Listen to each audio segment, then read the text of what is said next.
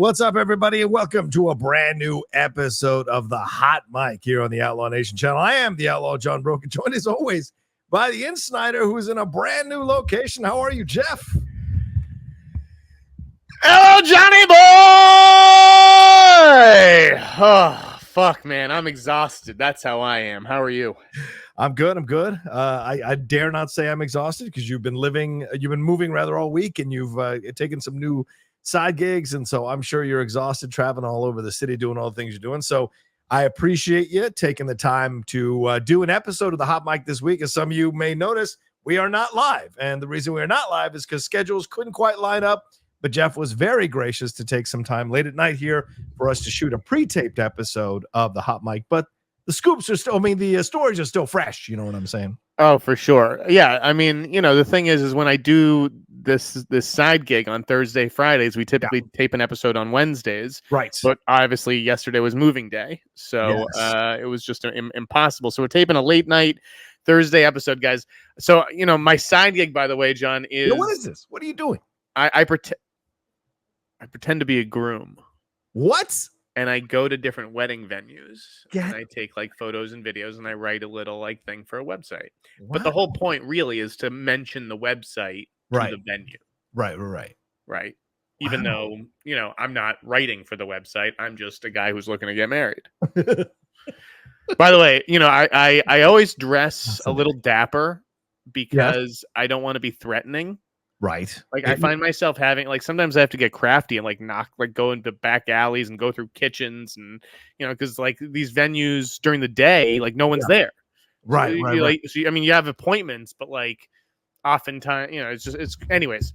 So today I went to Knott's Berry Farm Hotel. What? They have a hotel at Knott's Berry Farm? I had no idea. You can only imagine.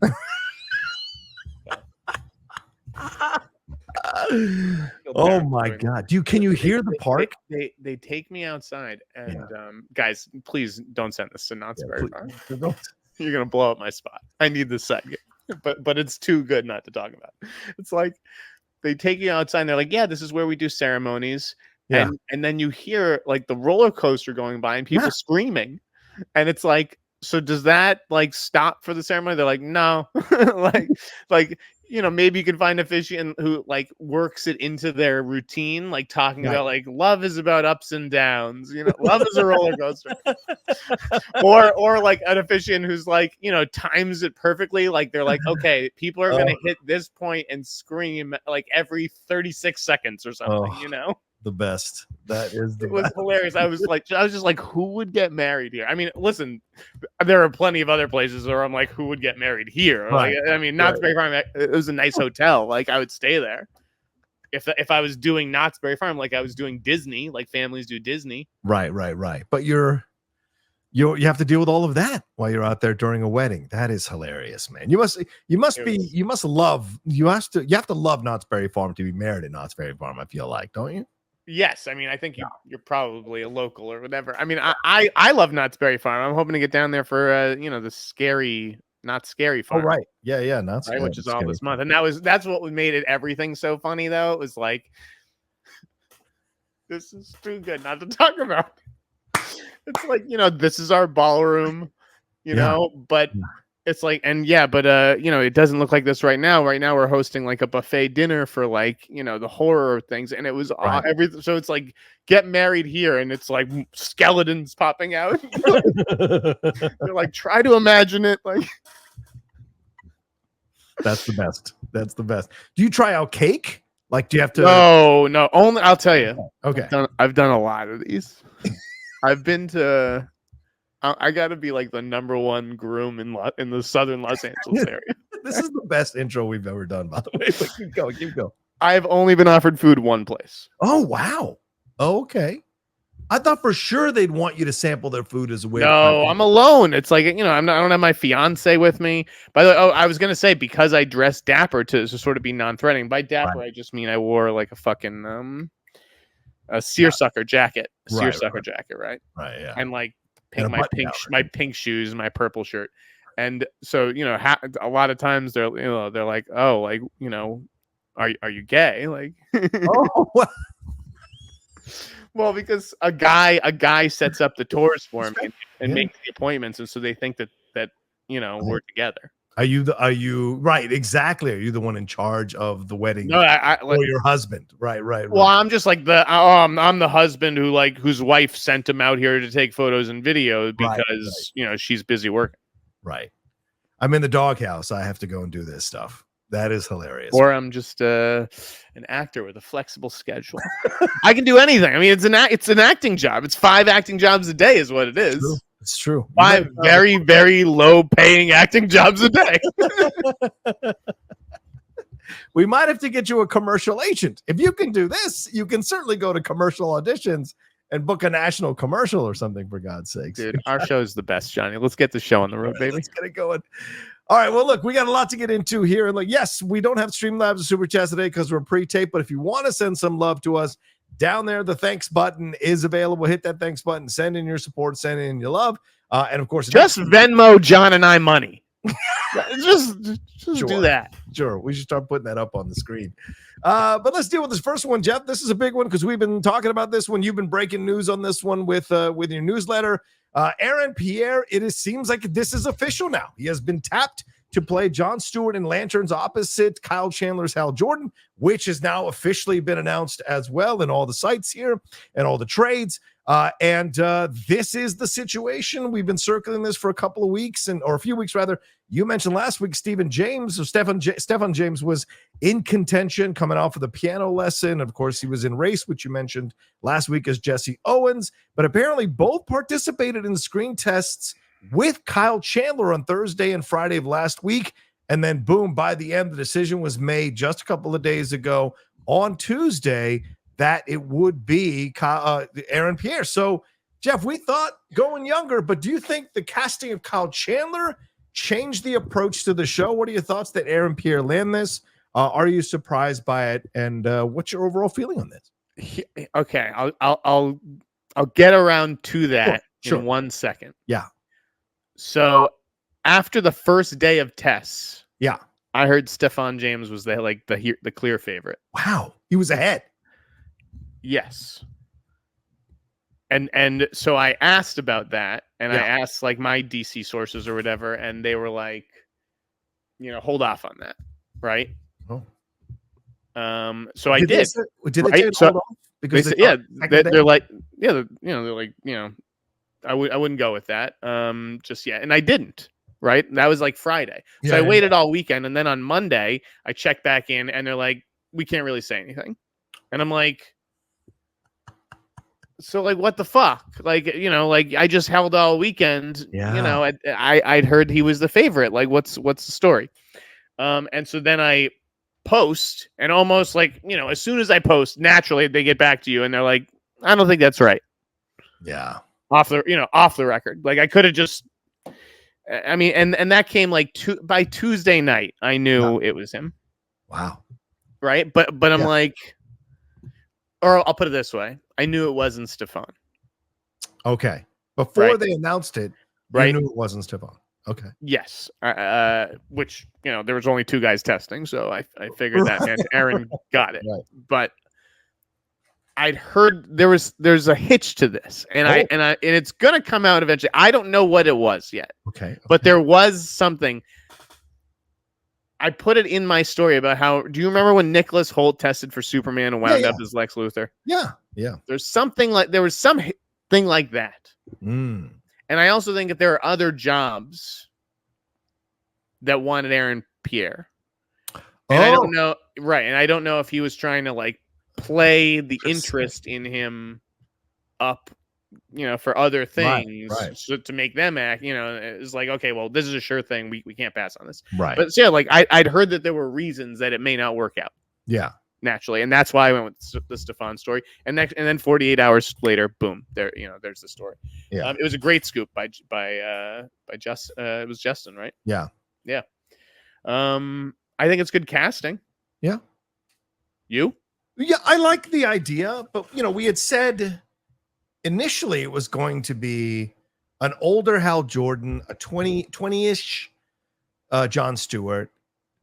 But to me now, when you go this route, look, and I have a couple of friends who are involved in scripted content, And when I said, well, this Kyle Chandler casting changes everything about the show, they were like, no, the scripts are in stone. There's no way they're changing them. This is what it is.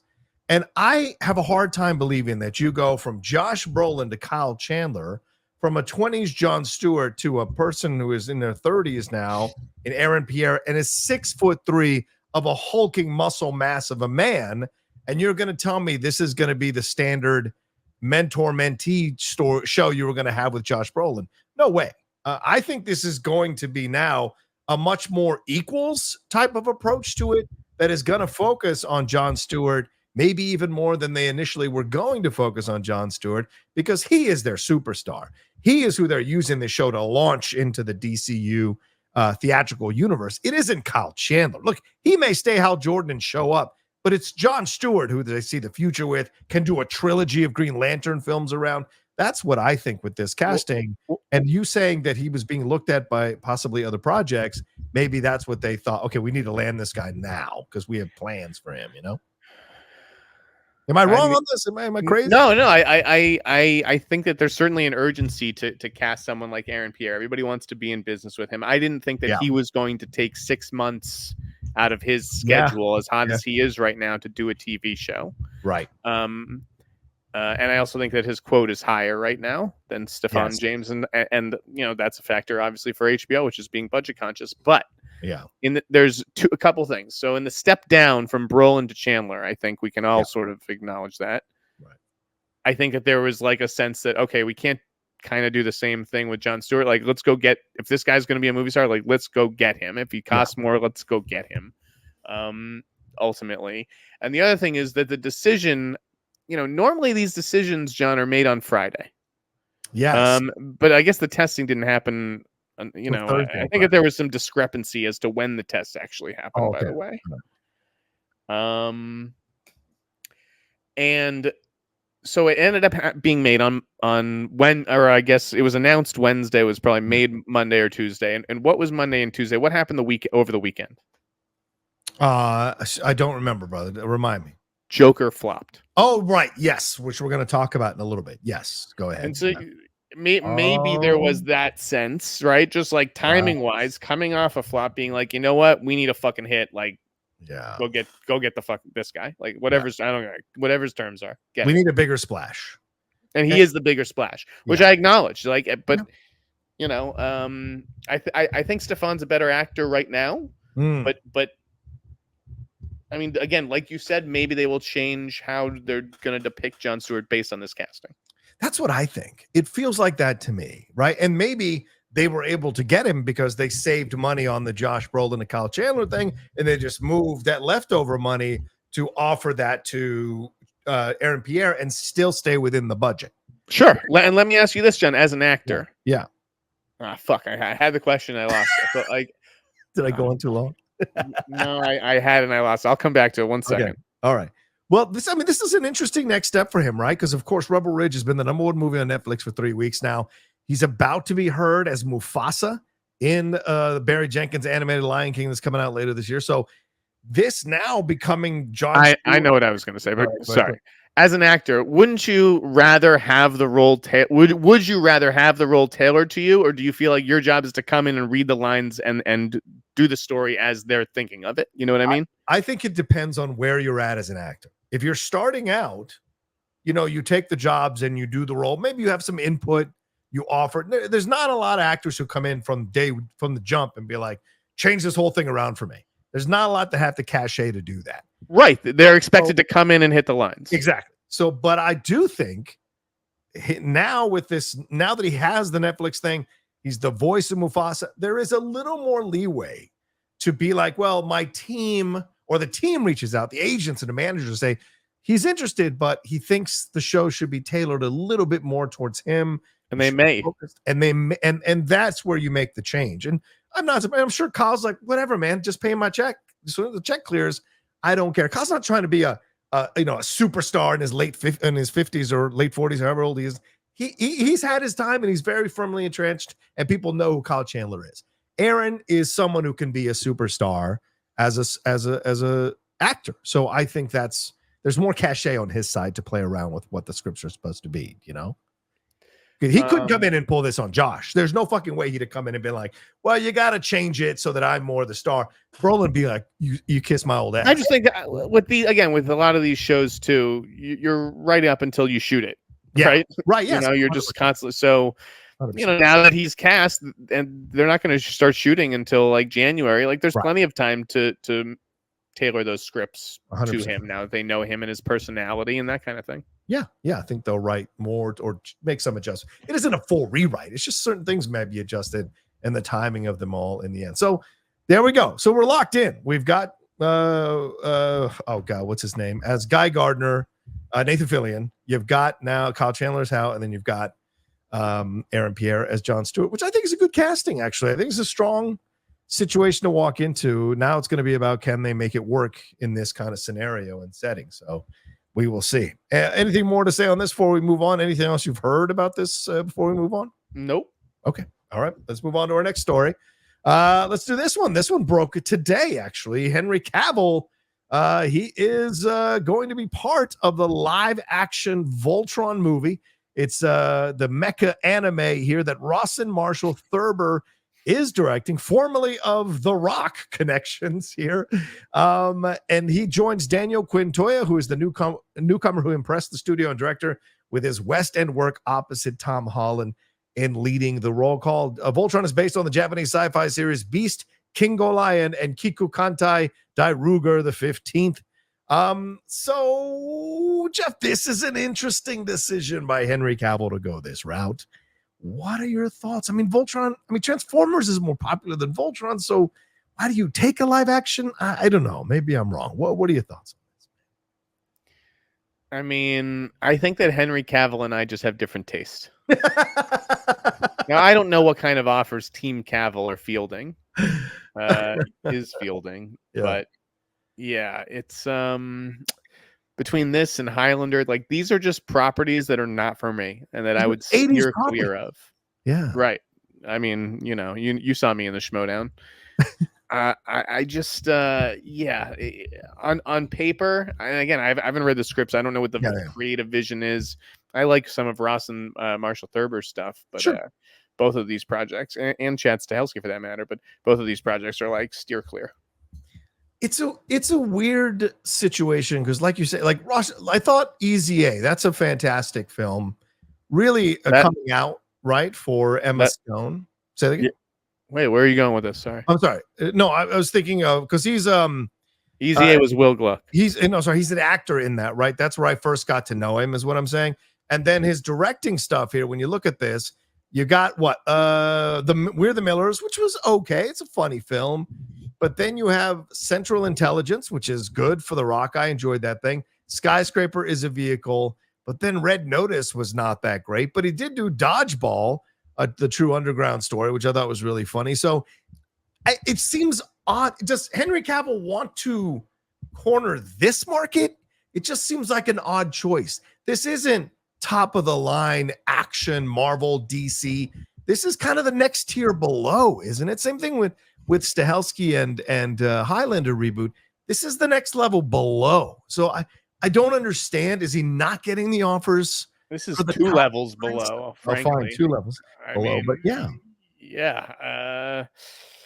I mean, it probably had a good payday, right? Like VOLTRON has probably a pretty decent budget, probably like a 9-figure budget. And that means that a portion of that budget is allocated for cast. Right. You've already got a young kid who you don't really have to pay much. He's a newcomer. Right. So, I wouldn't be surprised if it was a pretty good payday, I imagine, for Henry Cavill. One where it was impossible for him to turn down. But between this and Witcher and Highlander, like these are just not for me. Yeah. And then the Warhammer that's coming up, Warhammer 40,000, because he's a big fan of that. Yeah, maybe it's just that there's some of us who want more for Cavill, and Cavill is just happy existing in this level of fandom. He needs to get away from IP. Go do that Travis Kelce movie, where it's 2 knuckleheads on the police force. Yeah, that could be funny, right? Yeah, go do an action comedy. Go do something. I don't know. Interesting. Go work with an interesting director like Armie Hammer did on Sorry to Bother You, even though I couldn't stand that movie, that Boots Riley movie. Go find a Boots Riley to work with. Armie was damn good in that movie too, man. Yeah. Yeah, that's a great point. And of course, they were both in Man from That's Uncle. just off the top of my head. That took 2 seconds to think of. Is anyone on Henry Cavill's team thinking of that shit? I have no idea. Are they just trying to find him paydays? Is that all he's interested in? Yeah, is he like... He's British. He should be a capital A actor, right? But he's kind of just like the guy you stick into. He's like an anonymous guy you stick into blockbusters when you can't get Chris Hemsworth. It's kind of similar to Idris Elba. Like you when you watch both of these guys in their environment or in their element, they really come through. But then you question some of the decisions they make in the big film franchise approach, because they don't go for the brass ring. They kind of go for the ring below, or the 2 levels below, as you said. And it's confusing because Cavill has all the tools to be able to be up there, but maybe Argyle crashing and burning, and then Ministry of Ungentlemanly Warfare not doing well. Maybe they're like, you know what? Let's go get some paychecks, man. Let's go get some money. Let's have some fun. This is easier work, and we'll make some money. You know, Matt Vaughn, Guy Ritchie, like on paper, these are yeses. Like I get why you say yes to these projects. Right. But this other set, I don't know if this is like what you get when those other movies don't work. When you work with Matt Vaughn and Guy Ritchie, and then those movies don't work, now you got to do even lower. I don't like it. Yeah. And look, nothing against, there are probably people watching us who have been posting comments angrily as we talk about this. Nothing against VOLTRON. There's nothing against VOLTRON, but it's not, it's a known name. It's a known IP, but it ain't Transformers, Star Wars, Marvel, or DC. I've been joking about VOLTRON as a reporter for 12 years. I mean, it's something absurd like that. Like, it's been an internal joke, let's just say, among me and others. Yeah, I mean, it always felt like a Transformers like wannabe, like, you know, it just wasn't quite. And I know it's not the same thing because the things are connecting and whatever, but it still kind of had that to me. What it is an example of, actually, it's shorthand. Yeah, it's shorthand for me and other reporters, I feel like. Yeah. For this is just an IP play. Yeah. Yeah. Like, just bottom of the barrel, like, you've heard of this vaguely. Let's make a movie out of it. Yeah, Hemsworth is doing Transformers. You're doing VOLTRON. That's levels. I can't think of a more craven example of IP. Can you? Mortal Kombat, maybe? I don't know. Maybe. I mean, if you're in Mortal Kombat, you're really down a little bit lower than everybody else. Yeah, but no, I guess that's a good point in that. So we'll see, man. I mean, I love Henry Cavill. I wish he'd make better choices, but hey, if this is going to put money in his bank account, and maybe I like him too, and I like the people making VOLTRON. I just don't like the property, so it's nothing personal. All right, let's move on to this other stuff, Jeff. Let's get into some Joker news, man. This was, as you mentioned earlier, was a massive surprise to a lot of people over the weekend. It only ended up making $37.8 million in its domestic opening weekend, and then all these articles came out afterwards that Todd Phillips ran away to his ranch to sit and brood about the situation here. He was interviewed about the movie, saying it is not an attack on people who like the Joker or turn Joker into a hero. It's not supposed to be a commentary on toxic fandom. And then all this other stuff coming out that Joaquin Phoenix was reportedly the one who pushed for the sequel after the idea came to him in a dream, that the ending of Joker, he wanted to do the carving right there and have Fleck do it, but Nolan could put the kibosh on that. And then there was apparently no test screenings. Warner Brothers was pretty much left him alone to do this. And James Gunn had zero input on it, even though James claims that he gave some notes. I think I saw it somewhere. So, man, how do you properly assess this movie? Because there are some defenders who are trying to claim that we all don't get it and we don't see the masterpiece and the incredible commentary going on here about toxic fandom. How do you take the Joker 2 now? What are your feelings about it? First of all, I do think, like, David Poland wrote an interesting piece about it, and I do think it is a movie that 10 years down the line could be reappraised and become like, I could see it having its critical defenders who aren't just like Joker bros. Clearly still, yeah. In the moment, I did not enjoy it. Yeah. You know, down the line, maybe I'll appreciate its artistry or what it was doing, or maybe Todd Phillips will explain more. You know why? But why are we giving Joaquin shit for it coming to him in a dream? Right? Where are these things supposed to come? Joaquin's dream just made like 35 million or whatever opening weekend. How much do your dreams make? They don't make any, man. People are just getting down on him for that. Like, you need to be wide awake when you're thinking of Joker 2. Yeah, man. These are very sensitive artists. He's a tuning fork, man. Yeah, that's for sure.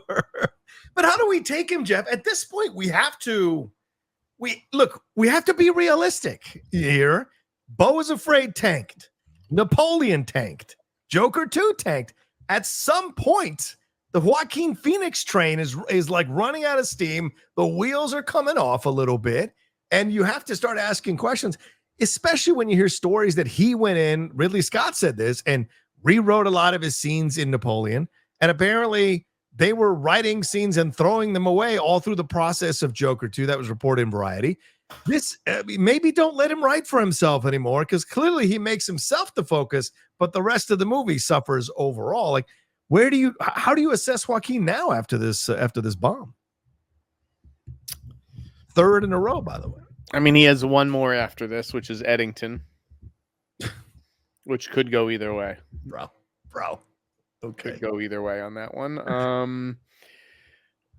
So yeah, I definitely think he's tarnished. His brand is tarnished. Yeah. He was still great in the movie. Yes. Oh, 100%. This is not about him being an actor. Right. It's more a matter of like, as a brand and everything.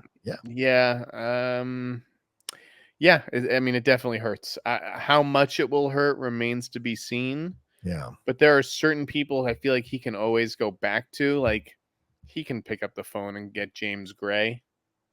Oh yeah. Like 100%. Whether Mike Mills or whoever it is. Spike Jones. He could get Spike Jones probably. Yeah, like Joaquin's always gonna work. Yeah.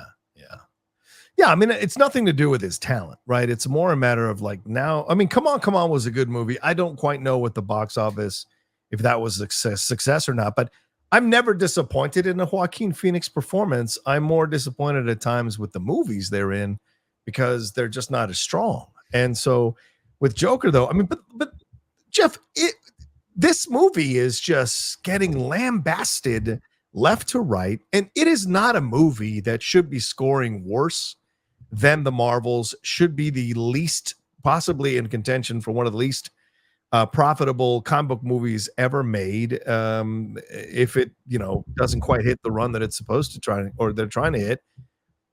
Why do you think this film has such a strong backlash? Was it because there were already people who didn't like the first movie, and then this movie came out and didn't satisfy the people who did like the first movie? So now you've got a large swath of people who don't want to go see this movie. What do you think it is? I mean, I think it was simply that everybody would have loved. Everyone had that sequel in their head. Yeah. Right. Yeah. And they were disappointed. That's why it got such a low cinema score. I mean, a shockingly low cinema score. D. Yeah. And so that a cinema score, I don't really put any stock in that, but a low cinema score simply means there's a disconnect between the movie and the marketing. Right. People were sold one thing and the movie ended up being another. Right. And I mean, the movie's just not a fun hang. And yeah, I think that's what the anger is sort of about, like the high expectations that were not just did they fail to meet them. It was that they went in they didn't even try to meet them by going down this way. They went fucking this way and said, fuck you and your expectations. Which props to them, as artists. Sure. But yeah, it was bad. It was a bad movie. I don't think people would have an issue with this if the movie had been made for $55 million. But you look at a $200 million movie. What do people care? That's still what I don't understand. Like, this is something that like me and you and like 100 other people should fucking care about, and maybe like 100 other people at Warner Brothers. Like, who fucking cares? I don't know. I feel like some people do. I feel like some people go, look at them wasting their money and blah, blah, blah. Like, people wasted their money. So what? They don't have any money. Here's the thing. Here's the thing about wasting money. Okay. What? They didn't waste money. They gambled money. Just like they gambled money the first time around, and they won, didn't they? Right. They won big. $55 million. Right. 55 million, and it made $1 billion. Mm-hmm. That's a pretty good win. So what do you do now? You stop while you're ahead? Right. We're not going to gamble anymore. We won. We're done making movies here, Warner Brothers. Everybody have a good night. Everybody go home. That's what you do when you are a studio, okay? You take risks, you gamble. This one, you lost. Yeah. You lost. Fair and square. Speaking of grow, and you get back out there and you make the fucking next one. Yeah, speaking of losing, though, I read that article, in Hollywood Reporter, talking about how no one's head's going to roll after this. Why should it? No, yeah. Talk to me again. Tell me the bad decision, John. It's like, I think leaving him alone and not having test screenings, they should have never agreed to that. I think that's where the mistake lies, especially because Todd Phillips has a history of not making good sequels. So why wouldn't you watch over it a little bit, especially if you're giving him $150 million more than you gave him the first time? I think it's irresponsible to not have someone watching over what's happening and making sure there's test screenings and making sure it's a much more collaborative process, you know? Because you've already made the decision not to be collaborative. Yeah, I guess. And how did you do that? Because when they had you bent over a barrel after that first movie, right? You're the new boss. You're Pam and you're Mike. Right. What are you supposed to do? Say no? No, of course not. I would have totally greenlit. Right. You absolutely have to say yes to a $1 billion movie. A sequel. And when Todd Phillips is like, yeah, and I want final cut. Yeah. What are you supposed to do? You just gave fucking Ryan Coogler the copyright back on his fucking movie with Michael B. Jordan. Right. Now, I mean, granted, that deal was way after. Yeah. But like, Todd Phillips wants final cut. Todd Phillips directed what trilogy for you? Hangover, right? Yeah, pretty big hit trilogy. Yeah. Brought in $1 billion out of a $55 million investment. Yeah. What the fuck are you supposed to say? Yeah. The decision's done at that point. So the idea of, we should have insisted on test screenings. Okay, have all the test screenings you want. Get all the notes you want. I'm not going to take them. I'm Todd Phillips and I have final cut. So if this is the movie that I want to make, this is the movie that I'm making and that I've made and that you will release. Like, okay, that's So let me give you the counter, because there is the counter to be had here, and that is, yes, we gave you $55 million. We took a chance. For whatever reason, Joker made $1 billion. Timing wise, COVID, angst against the world, people hating politicians, people hating the establishment, whatever. Your film captured the pop culture zeitgeist, right? Okay, you made $1 billion. But if I look at your track record and I go Road Trip, middling movie, Old School, yes, a hit, Starsky and Hutch, middling movie, School for Scoundrels, middling movie, Hangover, a hit, Due Date, middling movie, Hangover Part 2, middling movie, Part 3, middling movie, War Dogs, people liked it, nobody saw it. And then you made Joker. I have to take you, if you're a hard-ass executive and a smart executive in Hollywood, you look at this and you go, I get that you want that shit. We're not going to fucking give it to you. Because let me roll out your resume. Thank you for making the $1 billion. You needed it just like we did for your own career reputation. So I'm gonna insist that we have test screenings. And yes, maybe we'll have final cut, or we can talk about that or negotiate that. Maybe you'll have, I guess you could say that. How about we'll do your cut and an editor's cut, and then we'll test it. I think that's the smarter move. If you're giving him $150 million more, I'm just not sure what audience notes or studio exec notes would have improved this. Like, if this is the movie that you set out to make, you made it pretty perfectly, I guess. Well, right? There's scenes that were cut that would have given you much more of the Harley Quinn backstory and the Harley Quinn story that people are already talking about and showing clips from the trailers and stuff. But here's the thing. It's okay. Which I think would have helped the movie to flesh out her character. That's why I say that. Sure. But like, that's just like Warner Brothers marketing, like having access to all the footage. Like, we paid for this. Like, you shot it. We paid for it. We're going to fucking use it to sell it if we think we can. Right. But like, at that point, he already probably knew, like, yeah, this isn't going in the movie. Nope. I mean, nope. and that's just out of his, yeah, purview, as far as I know. I mean, I'm sure he probably does have a say in all Joker marketing, but yeah, I think that, like, Joaquin ultimately, like that article said, he was the audience. Yes. Right. Good point. Yeah, I just don't know how, if you're the new guy in town, being Pam and Mike at the time, how you say no to Todd Phillips. And so, and Jamie gave me this idea, but that's why I wrote about like Barbie too. Like that's another $1 billion movie. Yeah. Talk about and that. you don't want to just force a sequel that turns out to, almost tarnish the original. Not that that's necessarily what happened here with Joker, but like, I don't know. It just leaves a bad taste in everybody's mouth. So you have to be very careful. Wait for her if you have to with this Narnia stuff. Well, Gerwig, I would be more inclined to give Gerwig final cut than I would Todd Phillips, because I haven't seen a bad movie from Greta Gerwig. Right, she has a more proven track record, but she also hasn't directed a hit trilogy for your studio. Yeah, I know. It's tough. Yeah, which is probably why I wouldn't have made an executive game, because I'd have been a hard ass at the wrong time and soft at the wrong time. So who knows? All right, let's move on to some more. Take a break. Oh, yeah. Let's take a break. Let's take a quick break. And on the other side, we'll get into some more stories here right after this.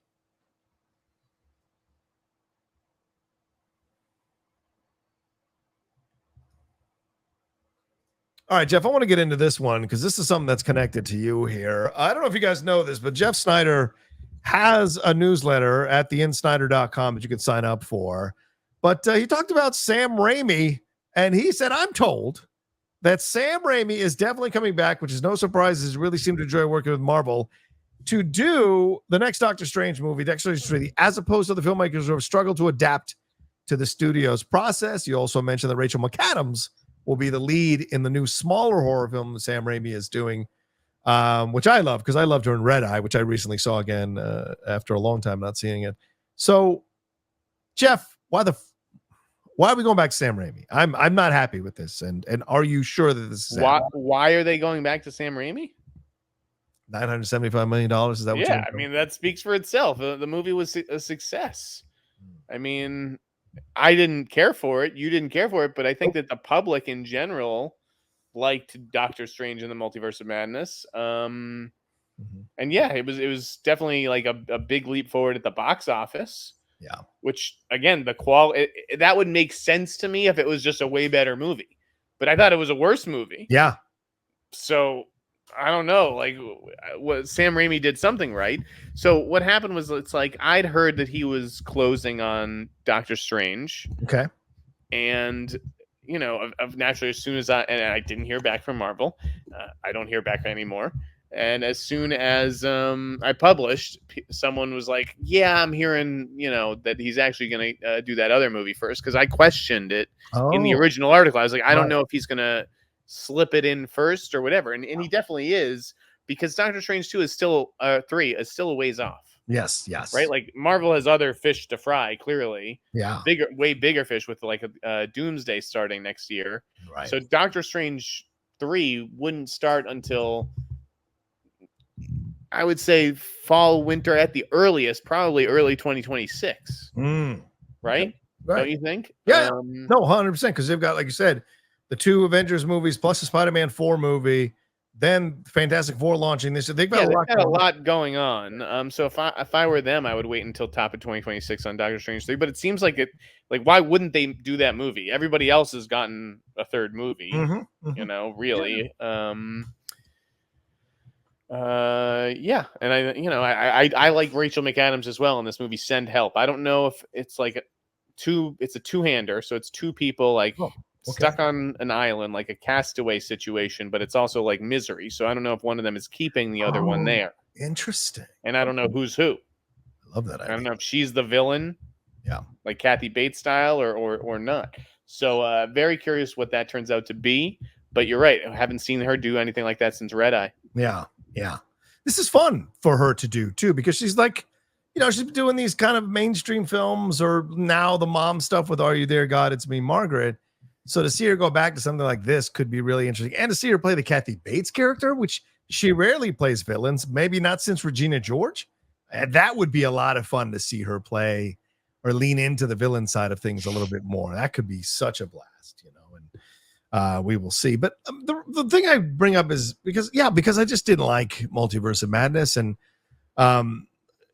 there was a lot of things about Feige apparently fanboying over Raimi, and that could have been one of the reasons why the film turned out the way it turned out. Quality-wise, it did make $975 million, but so did the first. The first Captain Marvel movie made $1 billion, and the second movie didn't make anything, or was dog shit at the box office. So just because you're bringing Raimi back doesn't mean necessarily that he's going to be able to capture that magic again for a third one. So I just don't understand why you wouldn't have gone to somebody else. Is this them playing it safe again, like they did with Robert Downey Jr. And this approach to things? Is this where they looked at it? We're like, well, let's not bring in another director. This guy made $975 million. I think it's not just about money, right? It's like definitely not just about that. So, I think that Raimi is, like I said in the piece, is just a much better fit for working with Marvel, and he understands their process in a way that was probably pretty foreign to Fleck and Bowden, who did Captain Marvel, and did not return for the Marvels. Right. I think they're just copacetic, like they understand each other's way of working. I mean, again, that could change. It's Marvel didn't confirm. It's not a fucking done deal, but I see no reason why he wouldn't return.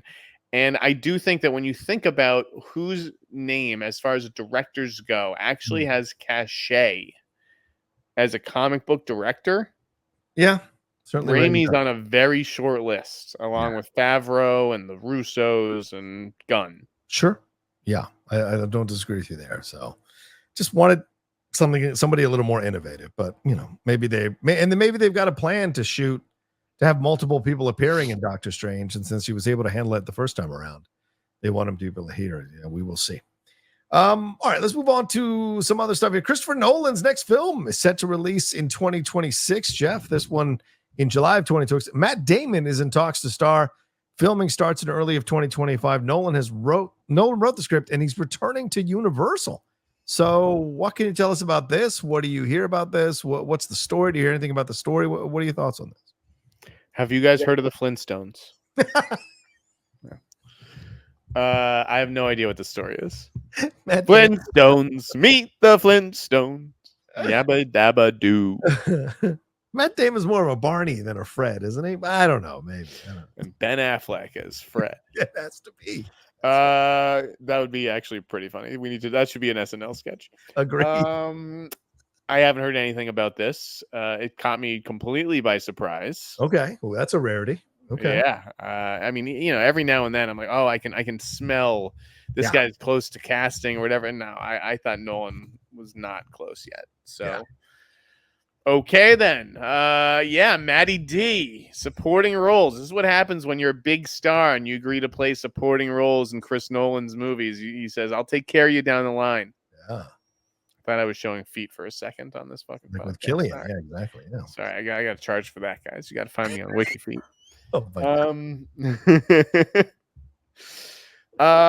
Okay, so Nolan, summer 2026. Did you see Universal's summer 2026 calendar? No. What have you got? It is fucking insane. Okay. I'm trying to find it here. Super Mario Brothers 2, the movie. Oh, movie 2, whatever. All right. That's April. Yes. May, some fucking guy named Steve Spielberg. Untitled. Yes. Is that the UFO film or is that a different film? That is supposedly a UFO film. Okay. Then the Daniels have a film. Here's the thing. Right. Okay. The Daniels, June. Yes.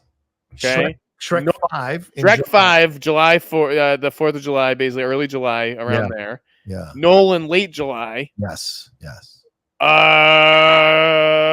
That's huge. I don't know what the Daniels movie's going to be. Let's not talk about it. Okay. But yeah, that's certainly at the top of mind, along with Scream 7. Great. Now I've just tipped my hand to everybody. No, nobody knows. Steven Spielberg, Daniels was right, and before that, the Exorcist reboot, which is supposed to come out in March. Yeah, I'll see you on Peacock, buddy. That's a joke. Right next to Day of the Jackal, right next to that. Anyways, what a fucking slate. Yeah. in summer 2026 for Universal. And like, you know, who's going to be in the fall? Probably. What do you hear? Subject of our next story. Oh, well, which is the Michael Bay film? No, Jordan Peele, bro. Oh, yeah. All right. Jordan Peele is re-signing his deal. So he signed a 5-year deal. It was announced on October 1st, 2019. Right. That was last week, bro. 5 years later.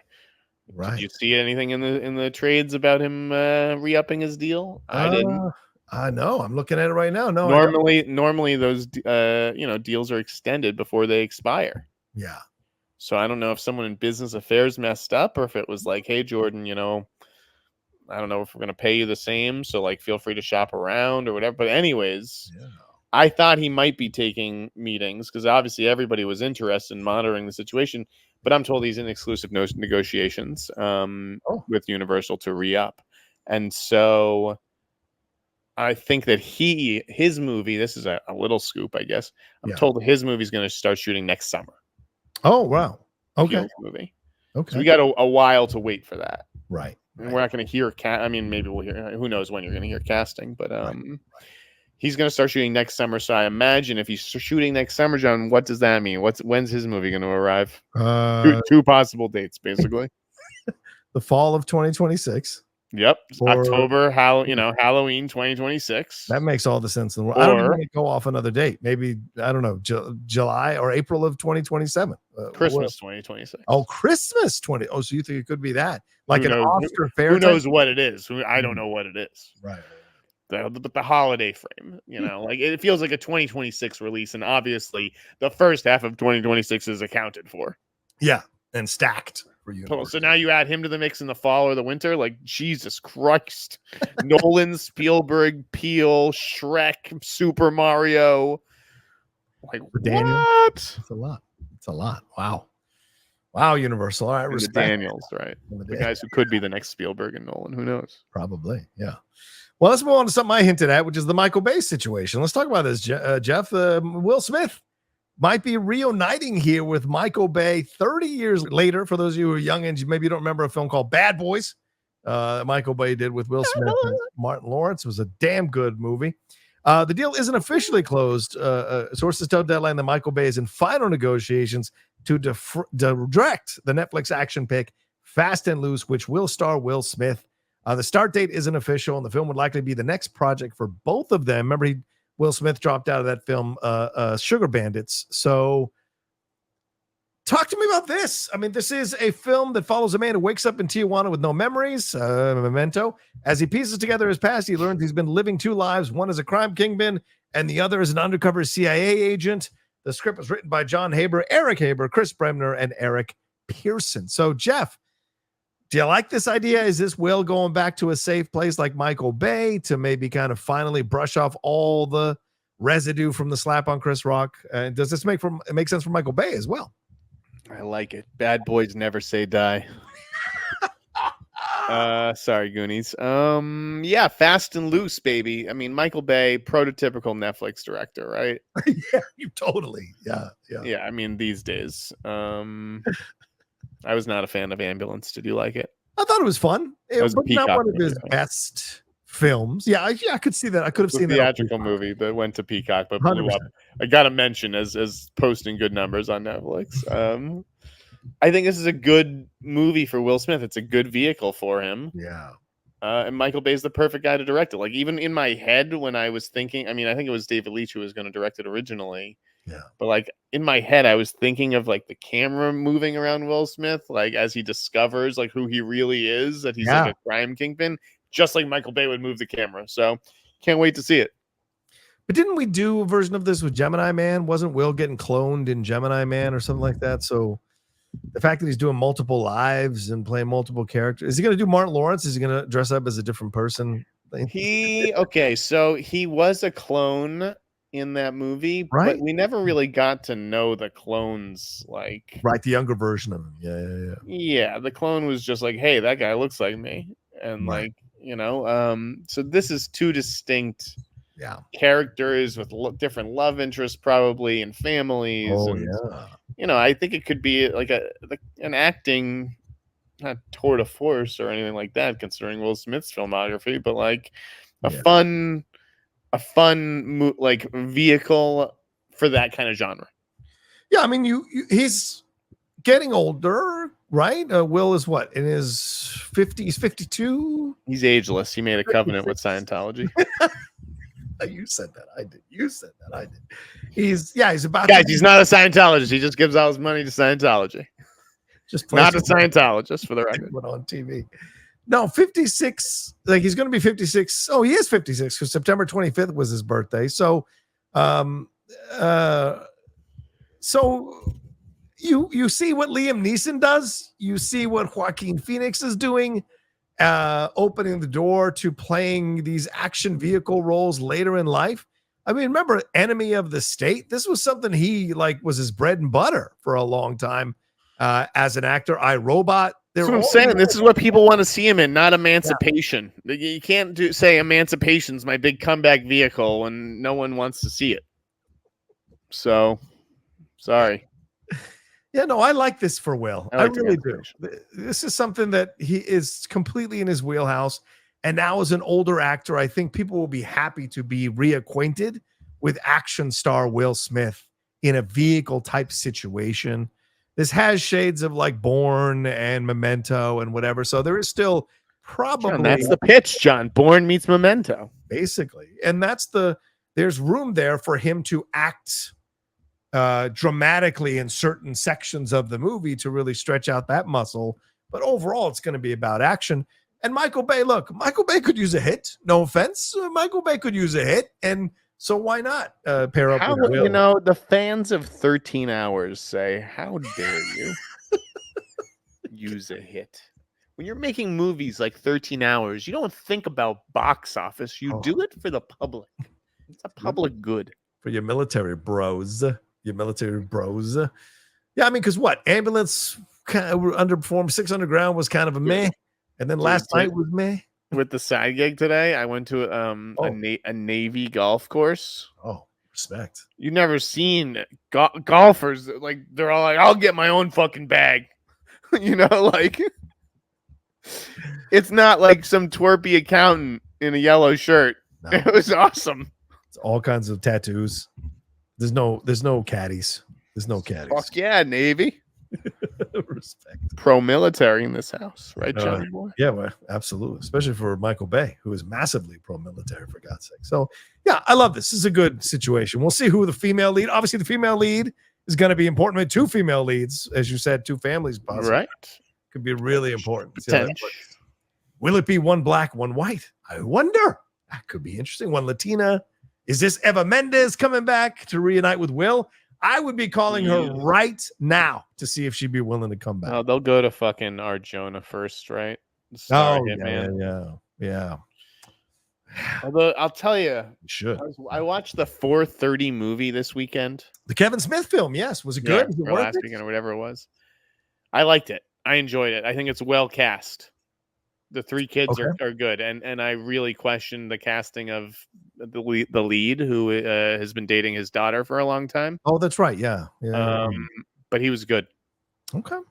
But you know who's in it, which made me think of this, is Genesis Rodriguez. I really like her. Every time I see Genesis Rodriguez, always like her. Yeah. Can you name something? She sounds familiar. You recognize her face. I don't know. Yeah. No. Hold on. Oh, right. Umbrella Academy. Of course. Yes. I just always I see her. I like her. I'm like, who is that? Yeah. So, if they can't get Arjona, I think I should go with someone like her, or I don't know who the other young. A lot of voiceable. Everybody likes Isa Gonzalez, obviously. Yes, Isa Gonzalez. Yeah, but no, I like your Adria Arjona pitch. Yeah, more work for her, for God's sakes, please. Well, let's move on to another fantastic young actress, Amber Midthunder, brother. She has joined the season. She's joined season 2 of Monarch: Legacy of Monsters after Anna Sawai was in the first season. Now Amber Midthunder coming in as, quote, an intelligent and powerful businesswoman to be a part of season 2. Did you watch any of this? Are you into any of this? And do you like this as a next step for Amber? I heard it was good. It's I good. heard only good things about Monarch. I watched 20 minutes of it and I was like, this isn't for me. All right. But do you like this as a next step for her? Like after Prey, shouldn't she be leading or getting into, I don't know, feeling bigger fair? Yeah, this is a big Apple show, big budget Apple show. It's probably a nice payday for her. Do you think they're using this as a launch pad for a character to pop up in the feature films? As they're going to keep going with these Godzilla. God, Jesus Christ. I mean, does the cast cross over? Sometimes, yeah. Some of the smaller characters have crossed over. Yeah. Because, I mean, the information crossed. I hope so, but I don't foresee that. Yeah. Maybe she's the villain. I don't know. John, I'm concerned I'm developing a schmelding here. What's a schmelding? Like a little, like, Jewish mullet. Like a little I can't speak on that. I don't know what a schmelding is. Schmelding? Hello, a schmelding. Hello. Schmelding. Well, you gotta Google it. What am I schmelding here? Oh man, I love Jewish comedians. All right, how about Reacher, bro? Reacher getting a 4th season. We haven't even seen the 3rd season, Jeff. Reacher got greenlit for a 4th season. That is strong. I love that. What are your thoughts on that? Reacher season 4, you said? It got greenlit, even though season 3 hasn't even come out. Sign him up for 20 seasons. I could watch that guy stomping people's faces forever. He's huge. Yes. I just need him to keep fighting bigger and bigger guys. They need to like just keep having an annual contest of who can stand up to Reacher. It's like Punch Out. Every season is him to that level until he gets to Mike Tyson at the end. Yes, dude. You know who's season 4 is gonna be? I mean, just bring in the Kingpin himself. I want to see D'Onofrio go toe to toe. You're messing with my money. D'Onofrio's a big boy. He is when he wants to be. Yes, for sure. All right, good stuff. Mary Elizabeth Winstead is apparently in negotiations here, Jeff. Love it. To star Micah Monroe in the Hand That Rocks the Cradle remake. You like it? Give her all the asthma in the world. Love it. I think this is a great choice because, I mean, obviously at the time, Annabella Shore was an up and coming actress that people were liking, and so you felt sympathy for her in the situation with Rebecca. People love Mary Elizabeth, so putting her in a situation where we have to feel sympathy for her in this situation with Micah Monroe, I think works so well. Plus, she's older than Micah Monroe, so that is going to be an interesting dynamic. And I love it. She totally plays a housewife, with a guy who might be tempted to do the things with Micah Monroe that Rebecca De Mornay and what's his face get into there from the first movie. So yeah, I like the idea too.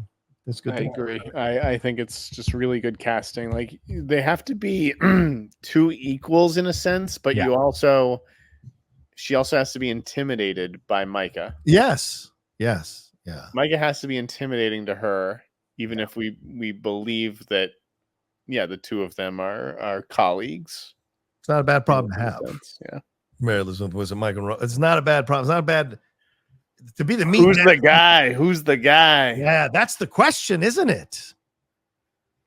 I mean, you can't put it. Jack Noseworthy is worn out as well. Can play in that role. Jack Noseworthy. You can't get Paul Walker, sadly, because he's passed. Who are you going to put? Here's the thing. It's a good role in a good movie, but like the first guy wasn't a star. No, he wasn't. Right. So like, do you need a star for this? That's a good question. I'm going to throw out a name. Go ahead. Ben Schnetzer. What? Who is? Okay, I'm going to look this name up. Dude, I've always liked Ben Schnetzer. He seems like, Schnetzer. Or like Max Minghella. Oh, Ben is a great choice. No, I think Max is a little too small. Ben Schnetzer's a little guy too. Is he? Oh, okay. What about, and we're going to talk about it in a second, but I just saw Saturday Night today. Okay. Dylan O'Brien was fantastic as Dan. He'd be good. Don't you think Dylan O'Brien in this role would be good? I thought you were going to say Nick Braun. No, I thought Nick was great as well. Oh my God, Nick was fantastic. He's too tall. Yeah, I think Dylan would be good. Yeah. I think that role is going to wake people up again to Dylan O'Brien's talent as an actor. I like Dylan. And I feel like he hasn't quite got the roles to get him across the big finish line. And I thought he was incredible in. Who are we kidding? It won't be a white guy. A third white guy. Third white lead. It'll be Michael Pena. It'll be Michael Pena. There's no way it's. Does anybody want to bet me right now that it won't be a white guy? That's a great point. That's a great point.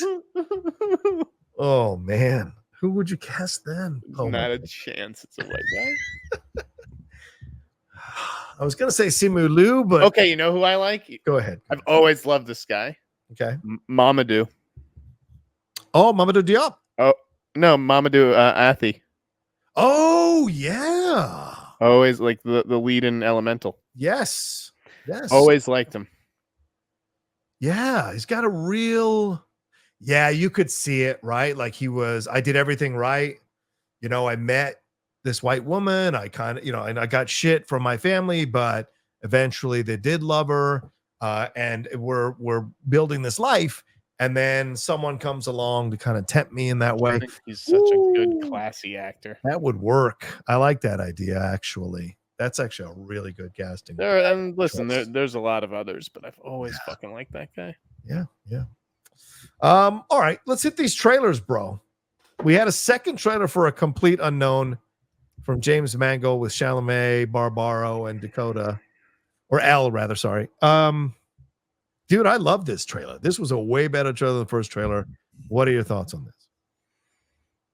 Did you see it? This is which one? The Complete Unknown, the Bob Dylan one? Yeah, this is the full trailer. Yeah, I saw it. I think it looks fine. Bob Dylan, I mean, it's not my thing. He's not the voice of my generation. Like, I just don't I'm not all that interested in Bob Dylan. And I mean, he looks good, Timothy, but it's like, is this guy going to inhabit this character? Or is he just kind of doing like a fucking SNL impression? I felt watching this trailer that I had more faith that he would be able to embody this character more than impersonate this character after the second trailer. Like, I went back and rewatched the first trailer. I was like, no, I'm right. This one didn't do anything. The second one, this most recent one, made me feel like it's possible. Barbaro looks nothing like Joan Baez. So that's going to be, at least they're trying to. But John, who the fuck knows what Joan Baez looks like? I mean, they don't think this movie's going to make $500 million, Jeff. They're going after the people who would know. I know who Joan. I know the name Joan Baez, but yeah. There's no way I know what she looks like. So, who gives a shit? All right, fine. This is how they think. All right. A few of us who are old enough to remember. God damn it. A few of us are old enough to remember Joan Baez. What about Anora? What do you think of the second Anora trailer? This is such a sexy film. I'm almost afraid to watch it. It's so sexy. I don't know if I can handle it in the theater. Is it? It's not a sexy movie at all. I think some of the marketing. I mean, some of those pictures. I'm like, oh. So, am I wrong? She's sexy. That's what I'm saying. I mean, it's not very. I don't know. I don't know what's sexy about it. Yeah, I did not see the new trailer because I've seen the movie already. So you have. Okay. Yeah, I saw it at TIFF. It's definitely a top 5 movie of the year. You love it. Oh, are we about? I thought it was great. I think right now, if I looked on my list, it's probably ranked number 2 or 3. Wow. What of the year? Yeah, but I don't think it's an Oscar movie. A lot of people think it should be nominated for Best Picture. I'm seeing it might get all the nominations, but critics. Yeah, I don't think it wins anything. No, I'd be shocked if it won Best Picture. I think Dune 2 is going to win Best Picture. Win screenplay. We're getting into that area, aren't we? Because like Anora, The Brutalist should be coming out soon. Dude, The Brutalist is great. And here's the thing, Johnny. Yeah, break it down. Heard something might be coming out about that movie. Oh no! Positive or negative? Somebody involved in it. So I'll say no more. All right. Shit. Okay. Yeah, I know. But yeah, I mean, I saw that movie. I thought it was great. I think Brady deserves to win Best Director. Yeah. I think Adrian is like hands down best performance of the year. Damn. Wow.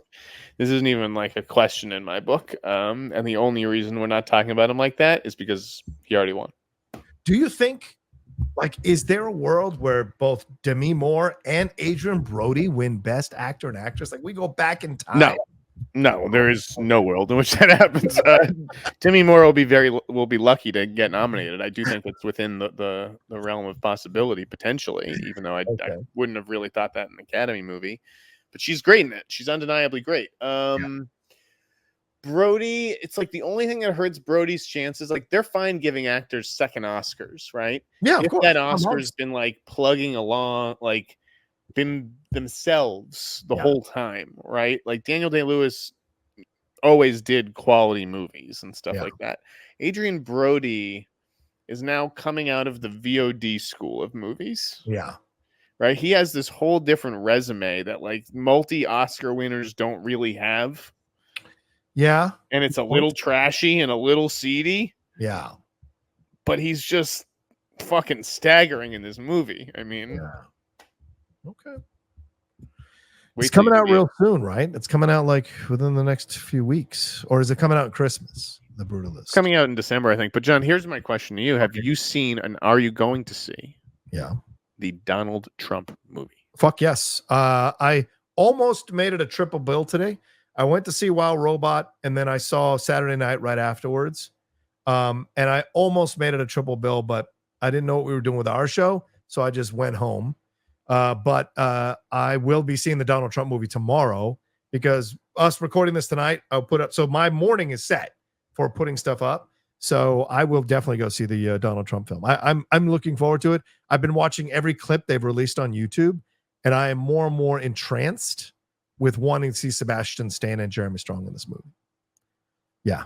It's a great movie. It's the best movie ever made. I walked in here. I said, this is a great movie.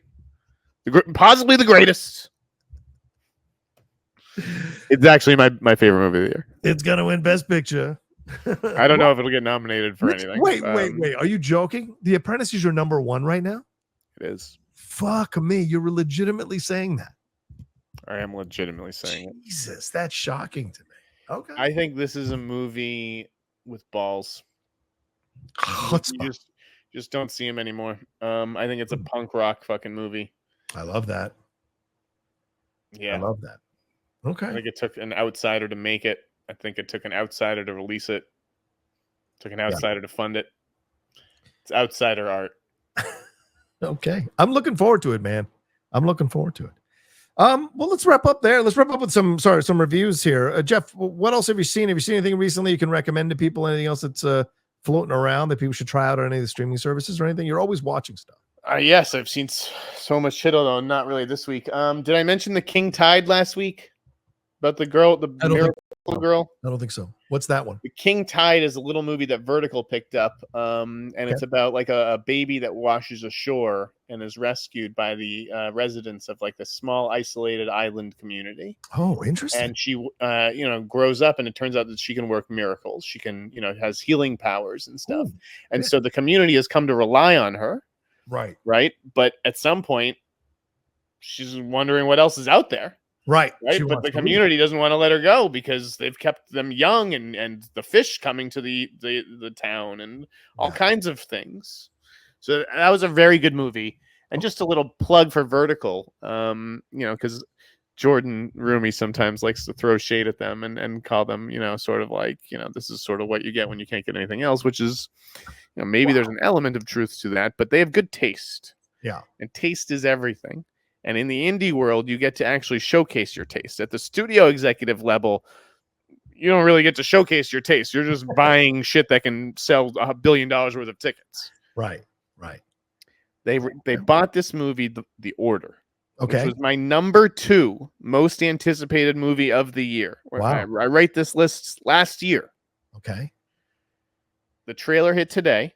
Okay. So watch that trailer with Jude Law and Nick Holt. Oh, yes. I was going to watch it before we started the show. I actually have it queued up right now. Well, that like, to me, The Order is a really solid movie. It's not a fucking Oscar movie. I know it's in the conversation for stuff. Maybe Jude Law gets a nomination. Not Jude Law, because he's not going to get Best Actor, but maybe Nick Holt for supporting actor or something. It's a strong Ty Sheridan as well. It's a strong it's like a solid B+ movie. Like, if you don't think this is like a B or B+ movie, there's something wrong with you.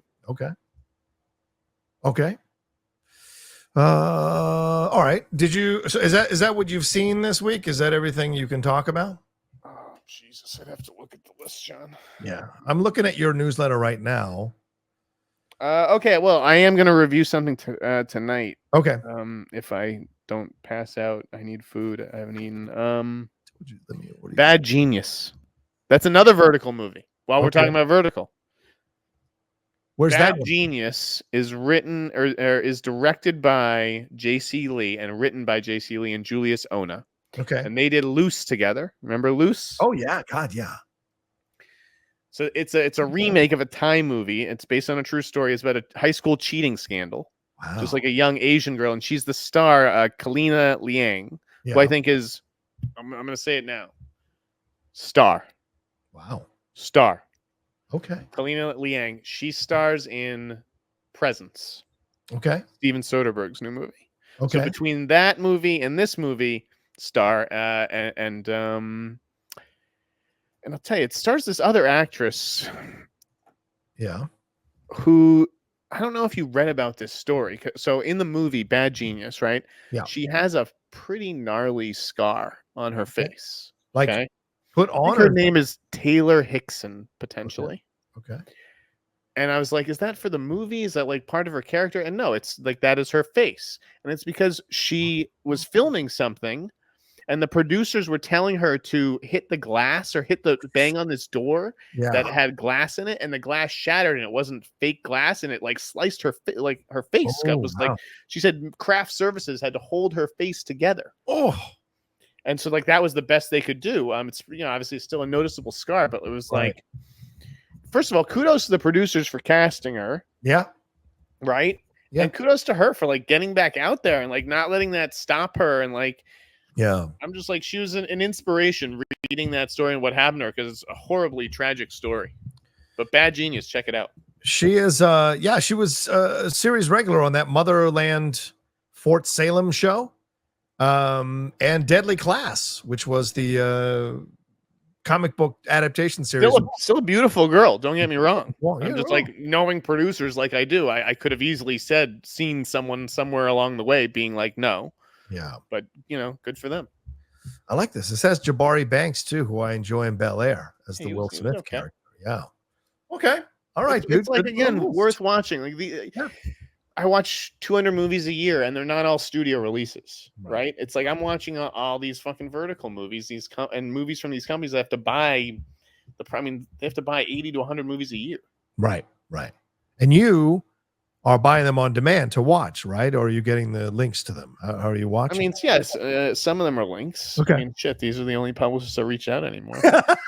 Because I'm not trying, I'm not like, they only get the movie when it's done and it's made. So I'm not bothering them about casting, right? It's the fucking studios that have to bother for casting, and the studios that have stopped fucking emailing.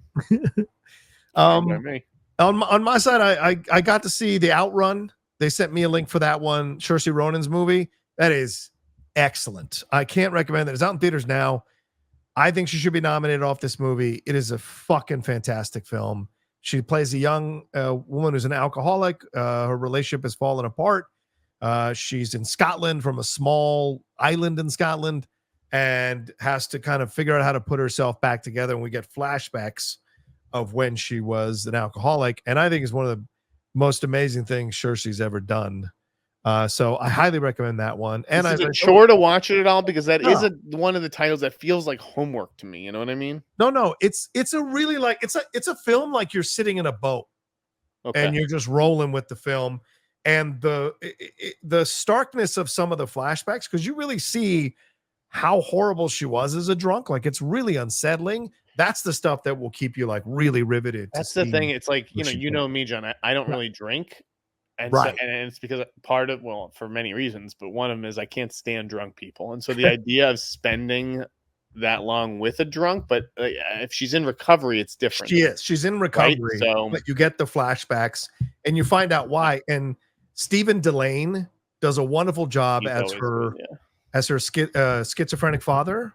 And Saskia Reeves, who I love, she's Slow Horses. She's the assistant there in Slow Horses, the older assistant with Gary Oldman.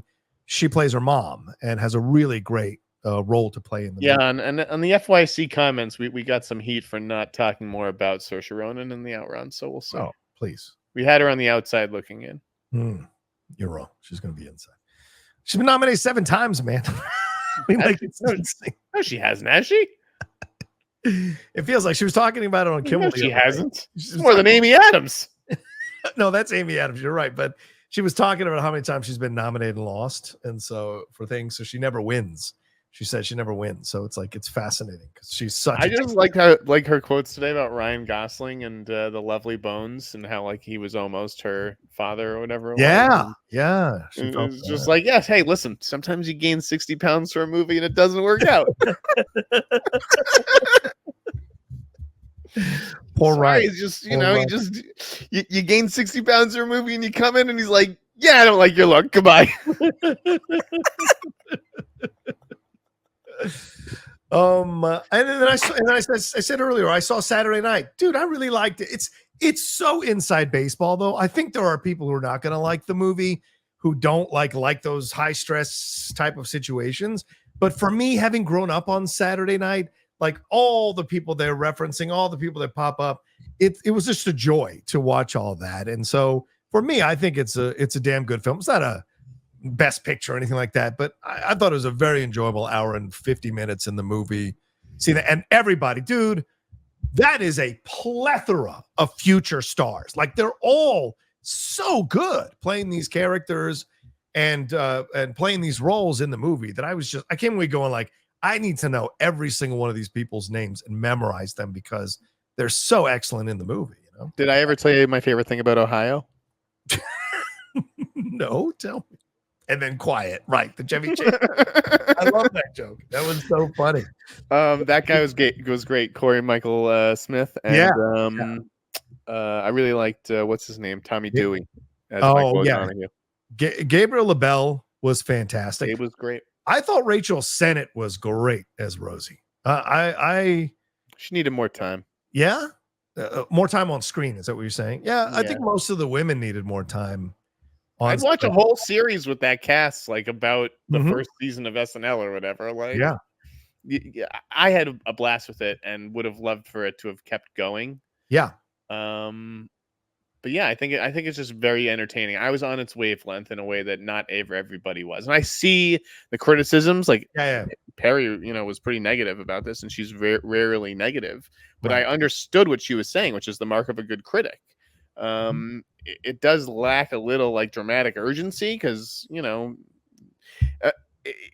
like that the Titanic's going to hit the iceberg. It doesn't make Titanic a bad movie. At the end of this movie, they're going to go on the air. Oh, they don't make a movie about the time it almost went on the air. Right. Yeah, I mean, I can see the criticism, but I mean, having done shows with Perry, we've experienced this get this done at the last minute type of thing. So that's what appealed to me about it. And having I like the energy. Yeah, the energy of it all. And everyone got a chance to really kind of stand out. Kim Matula, who I'd never heard of before, playing the Jane Curtin character, her scene with Lamorne Morris up on when they were looking down on everything, I thought she was great, and Emily Farren, who I'm just getting to know, was great as Lorraine Newman. Lamorne had a great moment. He was good. He's growing on me, man. Yeah. And even Ella Hunt had a real sweetness to Gilda Radner that I thoroughly enjoyed. He'd be good in the Hand That Rocks the Cradle too. Lamorne Morris? I could see Lamorne. It's a good challenge. I mean, he won a fucking Emmy just now. That's true. That's true. He's going to be getting something. Dude, but Cooper Hoffman and Gabriel LaBelle, good night, man. Those guys are going to be fucking stars. They're going to be stars. Yeah, they should be leading movies for the next 20 years. Yeah, 100% agree. 100% agree. So highly recommend. Go see Saturday Night. All right, should we wrap it up there, brother? We're almost at an hour. Let's. I need to eat and unpack and shit. All right. Well, thank you all so much for joining us. As we said, sorry we couldn't go live this week, but we hope you enjoyed that there was an episode of The Hot Mic. We covered a lot of big stories from this week, and a big thank you to Jeff, who's doing this late at night after a long day at work. I appreciate it, and so do the fans. Jeff, please let people know where they can find you and where they can subscribe to your newsletter. They can find me in Koreatown now, motherfuckers. Where you live, Jeff. I'm not going to give you my address. Guys, I need to sell these books. Look how many fucking books you couldn't believe how many. There are books as far as the eye can see. Yeah, you've got to teach yourself eBay so you can sell all this stuff. Come on. I can't get rid of books. I can't just leave them. I can't throw them in the trash. It seems like sacrilege. That's a crime. I agree. I'm the Sneider. You can find me at theinsnider.com. Please follow my newsletter. Get an annual subscription. Like it's the holidays. Buy one for a friend. Come on, guys. Help a brother out. Subscriptions available. There you go. As for me, you can follow me at The Rocha Says on Twitter, Instagram, and TikTok, The Outlaw Nation on Twitch, my YouTube channel. Please, this is right here. Subscribe down below and hit that bell button and leave your comments about everything we talked about here on the show. And share the show with people, baby. We got to spread the word. Share the show, retweet the show. Let people know you love watching the show so they'll come and take a chance on it. We'd appreciate it. All right, take care of yourselves. Have a great weekend. And we'll talk to you next week with another brand new episode of the Hot Mic Piece. Until then.